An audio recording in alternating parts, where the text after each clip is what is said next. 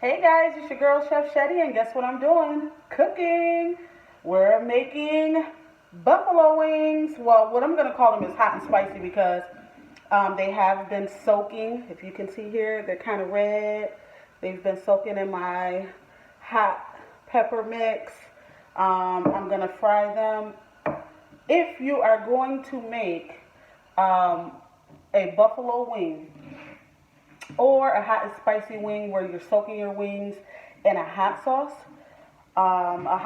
mixture, then you don't want to add pepper, garlic. You don't want to add any of that to it because any traditional hot sauce like a Frank's Red Hot, a Texas Hot, any type of hot sauce you have will have those natural seasonings in it already.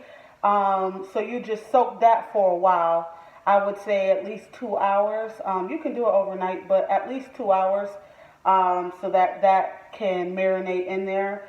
And then I usually use a best blend when I'm doing like buffalo wings, which is canola and vegetable oil mix, because you can make a lot and you can burn that oil for a while, especially if you're making a lot of wings. So that's my little tip for y'all on that. But I'm going to be making these hot and spicy buffalo wings, and then I'm going to turn some of them into lemon pepper. It's still going to be where they were marinated with hot and spicy, but I'm going to make a lemon pepper mixture to go to it, add it with some blue cheese and some celery. And again, don't add no black pepper or anything like that because all that's going to do is burn your oil.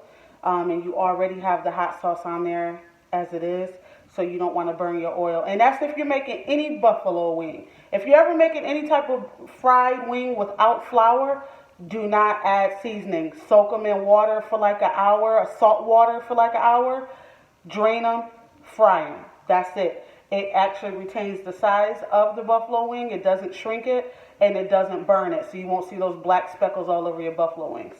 Alright, so we're going to go ahead and get these in the fryer, and I'll check back with you guys in a minute. Okay, you guys, these are midway through. I dropped them. Now, just a quick tip, whenever you do drop your buffalo wings, if they are wet and you're not using a deep fryer with a basket, where you're lowering them down in there, if you're using this method where you got it in a pot, what you want to do is you want to drop them in if they have a little bit of wet to it, and then you just want to back up for a good 5 minutes, because that first 5 minutes, that water or that juice from that hot sauce may pop back at you. You don't want to burn yourself. So that's just a quick tip. This is halfway through, and I just want to show you what they look like halfway through. I do these for 16 minutes. Buffalo wings, see, it retains its size. It hasn't shrunken any. So this is halfway through. Buffalo wings, any type of non-breaded wings, I try to do 16 to 18 minutes because I do like the crispy on them. If they're kind of big, I may do it for 20 minutes. But I do like them to be super crispy so that when I put the sauce on there, it stays crispy with the sauce on there. Alright, so I'll check back with you guys once these wings are done. Hello guys, I'm back. This is your girl Chef Shetty. This is the finished product. Hot and spicy. And then hot and spicy lemon pepper right here.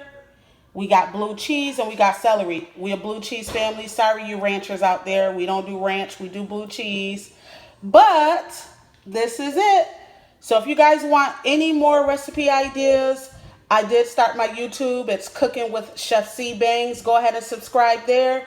Also, I'm on all social media platforms at PinkGritz. So that's Facebook, Instagram, at PinkGritz. Also, PinkGritz for my Twitter.